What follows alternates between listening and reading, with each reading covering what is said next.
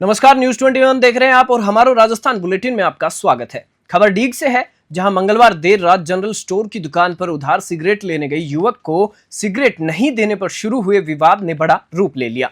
दुकानदार के साथ मारपीट में 4 लोग घायल हो गए। फिलहाल सभी घायलों का डीग अस्पताल में उपचार कराया जा रहा है। डीग कोतवाली एएसआई नोहबत सिंह ने बताया कि झगड़ा करने वाले एक आरोपी छोटू को शांति भंग के आरोप में गिरफ्तार कर लिया है। वह अन्य 3-4 लोगों की तलाश में पुलिस जुटी हुई है। वहीं बुधवार को लोहा मंडी व्यापारियों ने बाजार बंद कर दिया और धरने पर बैठ गए। सूचना मिलते ही मौके पर पहुंचे सीओ ने व्यापारियों से समझाइश की। इसके बाद व्यापारियों ने बाजार खोलने पर सहमति जताई। वहीं व्यापारियों ने दुकानदार के साथ ही मारपीट को लेकर डीग सीओ को आरोपियों को जल्द पकड़ने की मांग की। इसके बाद व्यापारियों ने पुनः बाजार खोला। इस मौके पर नगर परिषद सभापति निरंजन टकसालिया, सीओ प्रेम बहादुर सिंह, एएसआई रविंद्र सिंह के साथ ही पुलिस बल तैनात रहा। वहीं व्यापारियों ने कहा कि साद मोहल्ले में एक अवैध शराब का ठेका है, जिस पर से लोग शराब पीते हैं और वही आए दिन झगड़ा करते हैं। इसको लेकर सीओ ने कोतवाली थाना प्रभारी सहित सभी को जल्द कार्रवाई करने के निर्देश दिए। डीग से पंकज शर्मा की रिपोर्ट। कोई पैसे वगैरह सामान वगैरह खरीदने के लिए आए थे, तो उधार पैसे को लेकर विवाद था, जिस पर इनके झगड़ा हो गया। मुकदमा दर्ज कर दिया था। रात को इनको 151 बंद कर दिया था और जो बाकी लोग हैं उनके खिलाफ कार्रवाई करने के लिए यहाँ इसको समझा दिया गया सभी को।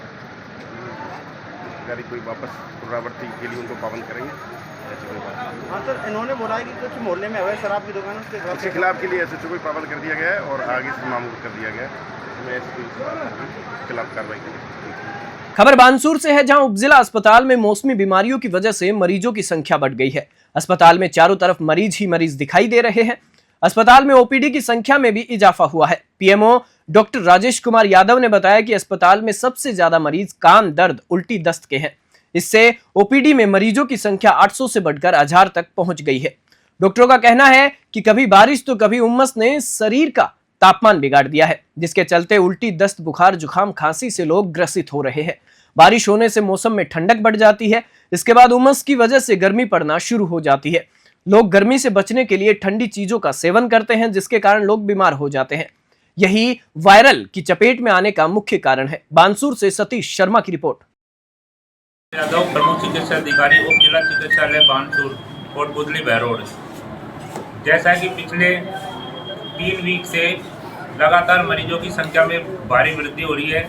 मेनली मरीज खांसी, जुकाम, गले में दर्द के, और पिछले कल की हमारी ओपीडी 1300 से अबव रही है और आज अब तक 12 बज चुके हैं और ओपीडी की संख्या 1000 से ऊपर है। मैं जनता को यही सुझाव देना चाह रहा हूँ कि एक तो मास्क लगा के रहे, गर्म पानी पिए और बारिश से थोड़ा बच के रहे। अब खबर पाली से है, जहां औद्योगिक इलाके में स्थित फैक्ट्री में अचानक एक चिमनी नीचे गिर गई, जिसकी वजह से विद्युत तार क्षतिग्रस्त होने के साथ एक लोडिंग टेम्पो भी क्षतिग्रस्त हो गया।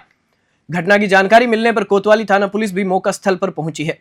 मंडिया रोड स्थित बॉम्बे फेल्ट फैक्ट्री की 80 फीट की चिमनी तेज हवा की वेज की वजह से अचानक नीचे गिर गई और धराशायी हो गई।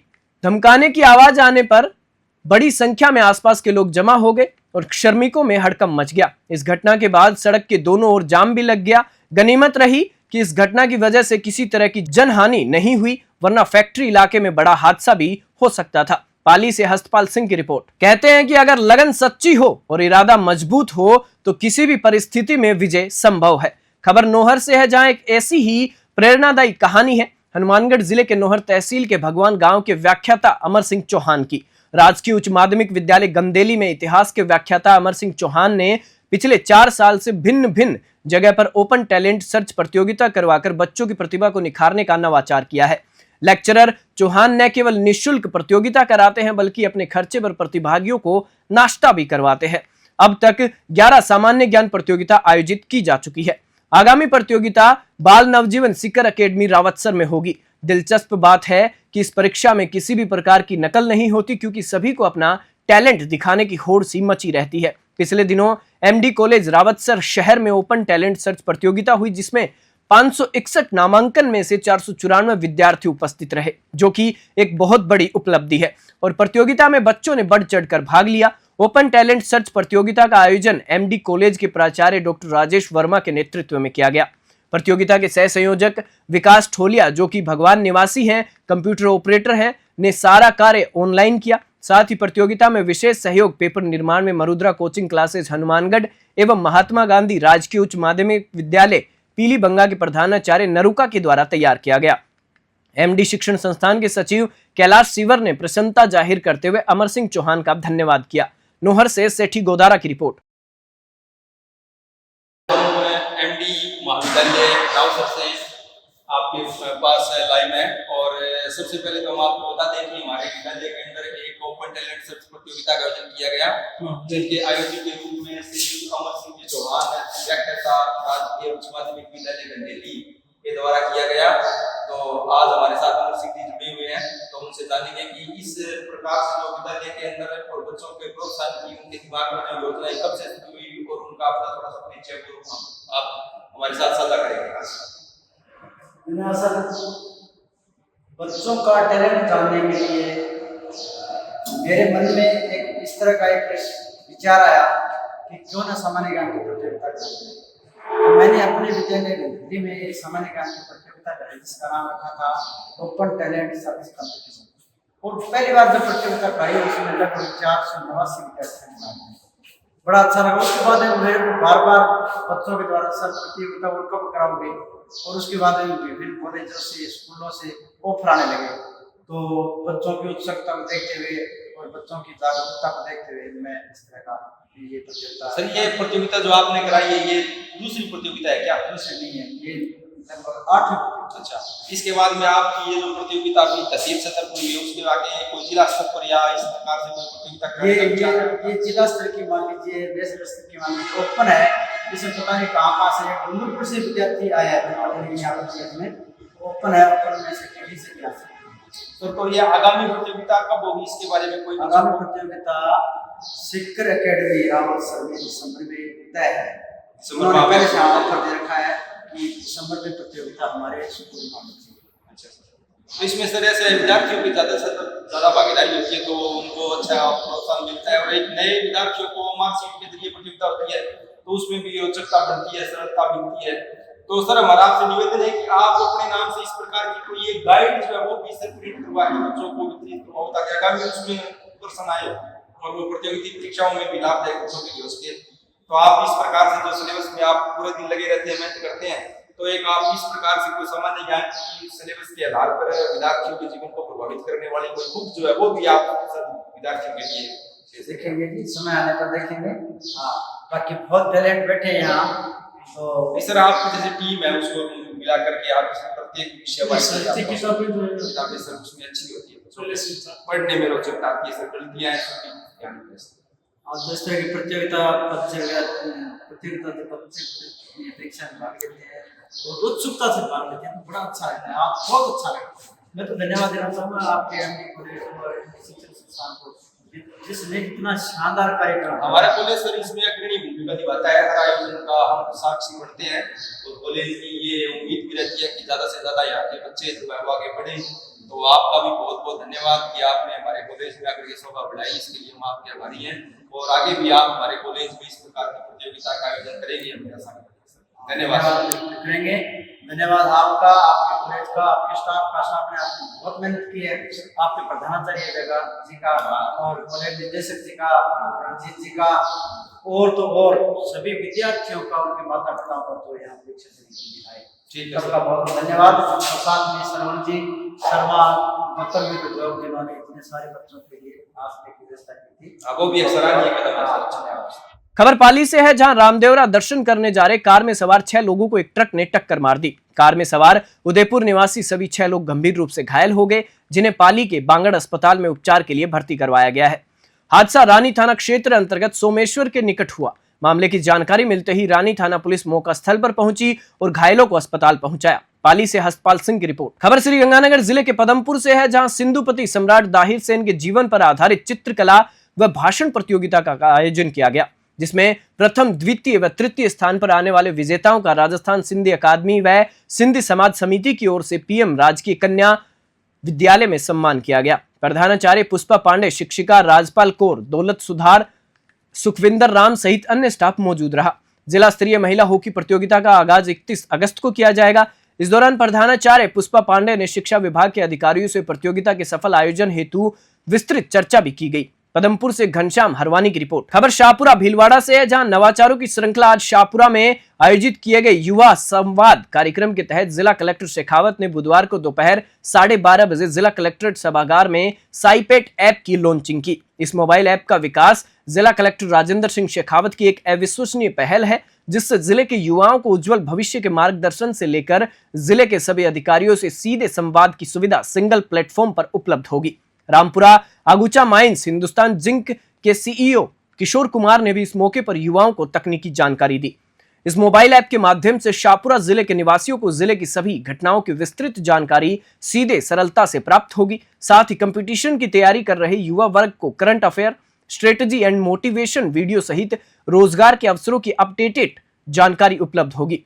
इससे पहले भी जिला कलेक्टर राजेंद्र सिंह शेखावत द्वारा विभिन्न नवाचार किए जा चुके हैं, जैसे बाल सहारा, नैनसुख इत्यादि, जिनके माध्यम से जिले में सरकारी योजनाओं के लाभ से वंचित वर्ग को बड़ी संख्या में लाभान्वित किया गया है। जिले में संरचनात्मक ढांचे का सुव्यवस्थित विकास सुनिश्चित करते समय खेल मैदान, कचरा संग्रहण, प्रबंधन आदि हेतु विभिन्न भूमि आवंटन के कार्य भी किए गए हैं। कार्यक्रम में जिला कलेक्टर राजेंद्र सिंह शेखावत, जिला पुलिस अधीक्षक राजेश कांवट, एडीएम सुनील पूनिया सहित समस्त जिला स्तरीय अधिकारी मौजूद रहे। जहाजपुर शाहपुरा से आजाद मोहम्मद नेब की रिपोर्ट। कि आपको इंटरनली मजबूत करें, एक्सटर्नली मजबूत करें, आपको एम्पावर करें, आपको सारी अपॉर्चुनिटीज के बारे में बताएं और बताएं कि आने वाले टाइम में क्या होने वाला है। आप देखें 2028 तक इस देश में कम से कम 60 लाख जो टेलीकॉम सेक्टर है, जो आर्टिफिशियल इंटेलिजेंस सेक्टर है, जो आपका सॉफ्टवेयर सेक्टर है, इसके अंदर जॉब 2 कभी 7.1 इस तरह से चल रही है। तो आप इमेजिन करें कि एम्प्लॉयमेंट जनरेशन तो होगा ही होगा।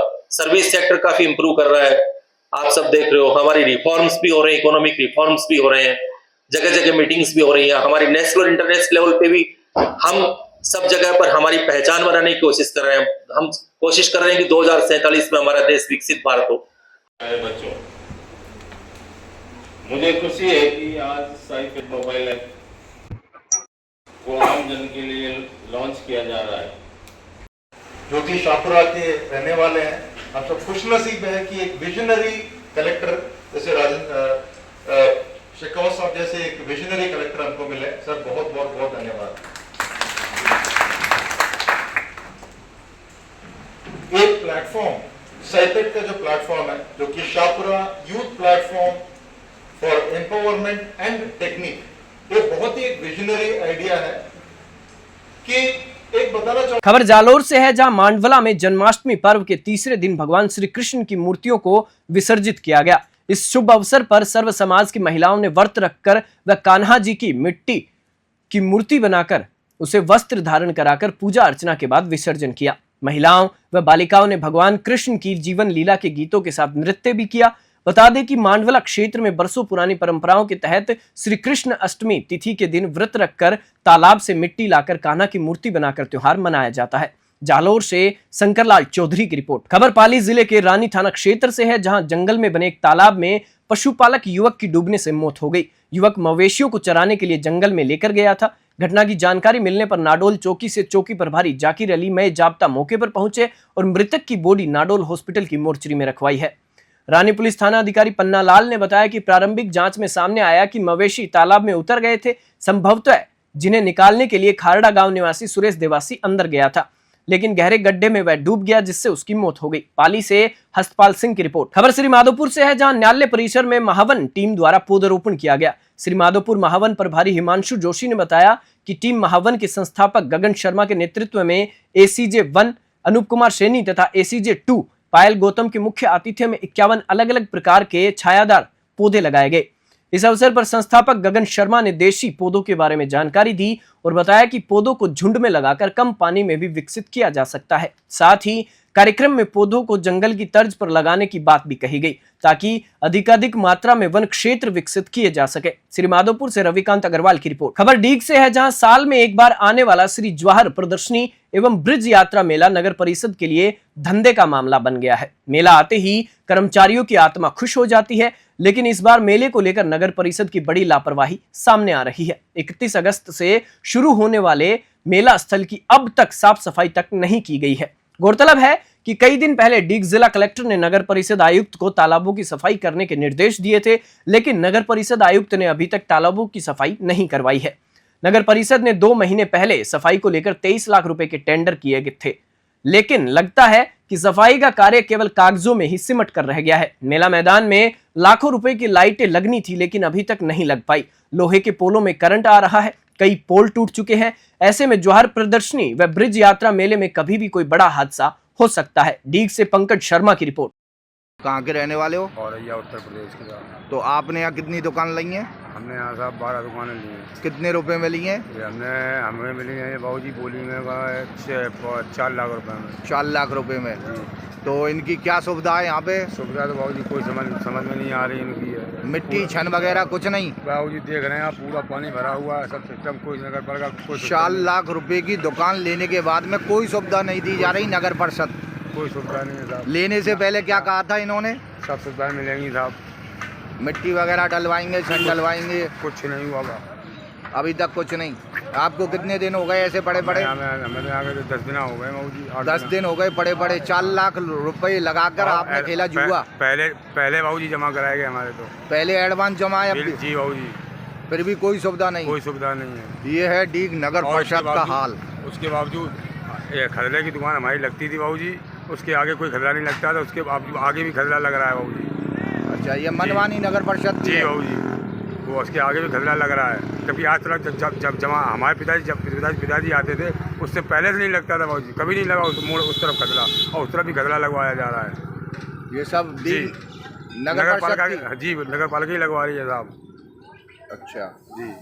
और इधर भी पानी की कोई सुविधा है नहीं इधर कहीं। ये 10 दिन से दुकान लेके पड़े हुए हैं, यहाँ कोई सुविधा नहीं, ना दुकान लगने की कोई व्यवस्था बन पा रही है इनकी। यहाँ पानी भरा हुआ है, डेली बरसातें आ रही हैं। 4 लाख रुपए लगाकर बैठे हुए हैं 10 दिन से। खबर भीलवाड़ा जिले के मांडलगढ़ से है, जहां श्रीनगर ग्राम पंचायत के बदनपुरा गांव में सड़क मार्ग पर गड्ढे और गंदगी भरा कीचड़ होने की समस्या को लेकर स्कूली छात्र छात्राओं ने कक्षाओं का बहिष्कार कर जनप्रतिनिधियों के खिलाफ नारेबाजी की और जमकर प्रदर्शन किया। छात्र छात्राओं का आरोप है कि यहां से 3 किलोमीटर दूर श्रीनगर तक कच्ची सड़क नहर के किनारे पर बनी हुई है, जो बारिश के दिनों में गड्ढों और कीचड़ में तब्दील हो जाती है। सड़क पर वाहन तो दूर, पैदल चलना भी नामुमकिन हो रहा है। फिर भी स्कूली बच्चों को जान जोखिम में डालकर स्कूल आना पड़ रहा है। इस दौरान पैर फिसलने और साइकिल से गिरने से कई बार छात्र छात्राएं चोटिल हो चुकी हैं। कई बार तो 10 किलोमीटर तक पक्की सड़क पर चक्कर लगाकर स्कूल पहुंचना पड़ता है। ग्रामीणों का आरोप है कि सड़क की दुर्दशा को लेकर विगत 10 वर्षों से विधायक, प्रधान और सरपंच से कई बार शिकायत की गई, लेकिन सुनवाई नहीं हो रही है। इसलिए मजबूर होकर नेताओं और सरपंच के खिलाफ नारेबाजी और प्रदर्शन करना पड़ रहा है। इस समस्या को लेकर वार्ड पंच नारायण लाल धाकड़ ने अपने पद से इस्तीफा भी दे दिया है। भीलवाड़ा मांडलगढ़ से पीरू मंसूरी की रिपोर्ट। श्रीनगर ग्राम पंचायत के बदनपुरा ग्रामवासियों द्वारा एक शिकायत दर्ज करवाई गई कि यहाँ बहुत ज़्यादा मात्रा में कीचड़ हो रहा है, जिससे पूरी तरह से श्रीनगर पंचायत मुख्यालय से बदनपुरा का रास्ता बाधित हो रहा है। इस बारे में सरपंच और सचिव को बोल के निर्देशित किया गया है कि इसको नरेगा के अंदर जुड़ा के इस रास्ते का दुरुस्तीकरण किया जाए, और पीडब्ल्यूडी के अधिकारियों को भी बताया गया है कि डीएमएफटी में इस रोड का प्रपोजल बना के भेजा जाए और इस जो दुविधा है इसका जल्दी से जल्दी निस्तारण हो सके, ऐसा निर्देशित किया गया है। बदनपुरा से श्रीनगर की स्कूल में पढ़ने जाते हैं, 3 किलोमीटर पड़ता है, और यहाँ पर रास्ते में कीचड़ हो रहा है, जिससे बहुत सारे बच्चे गिर गए नहर में, और यहाँ पे नहर पे कोई सुरक्षा भी नहीं है, इसलिए बच्चे नहर पे गिर जाते हैं। और मैं बदनपुरा से श्रीनगर स्कूल में पढ़ने जाती हूँ और डेली जाती हूँ, और यहाँ से 3 किलोमीटर छेटी श्रीनगर की स्कूल है, और रास्ते में बहुत कीचड़ हो रहा है, इसलिए मेरा पैर फिसल गया और मैं नहर में गिर गई और मेरी चोट लगी। ऐसे बहुत बच्चों को तकलीफ हो रही है स्कूल जाने से, और यहाँ से 3 किलोमीटर छेटी है। और खबर पिंक सिटी जयपुर से है, जहां गुजरात में भारी बारिश की वजह से राजस्थान से आने जाने वाली ट्रेनों का संचालन प्रभावित हुआ है। उत्तर पश्चिम रेलवे के मुख्य जनसंपर्क अधिकारी कैप्टन शशि किरण ने बताया कि राजस्थान से गुजरने वाली 12 ट्रेनों को रद्द कर दिया गया है। वहीं 6 ट्रेनों को आंशिक रूप से रद्द किया गया है, जबकि एक ट्रेन का मार्ग बदला गया है। बांद्रा टर्मिनस दिल्ली सराय के साथ ही जयपुर बांद्रा टर्मिनस भी आज रद्द रहेगी। जैसे ही ट्रैक से जल भराव कम होगा, ट्रैक को तैयार कर ट्रेनों के संचालन को सुचारू कर दिया जाएगा। जयपुर से ब्यूरो रिपोर्ट। पश्चिम रेलवे के बड़ोदरा मंडल के विभिन्न खंडों पर अत्यधिक बारिश होने के कारण से जलभराव हो गया है, जिसके कारण से सेफ्टी को ध्यान में रखते हुए गाड़ियों का संचालन प्रभावित हुआ है। और इस क्रम में उत्तर पश्चिम रेलवे के क्षेत्राधिकार से भी संचालित होने वाली कुछ गाड़ियों का संचालन प्रभावित हुआ है, जो कि इस प्रकार से 21 गाड़ियों का मार्ग परिवर्तन किया गया है, डायवर्जन किया गया है दूसरे रूट से, और 4 गाड़ियों का आंशिक रद्दीकरण किया गया है। पश्चिम रेलवे की बड़ोदरा मंडल की टीम जो है सतर्क है, और जैसे ही जल स्तर कम होगा गाड़ियों का संचालन फिर पुनः शुरू किया जाएगा ट्रैक की जांच करके, और जो है वहां से फिर से गाड़ियों का संचालन शुरू करने की पूरी संभावना है।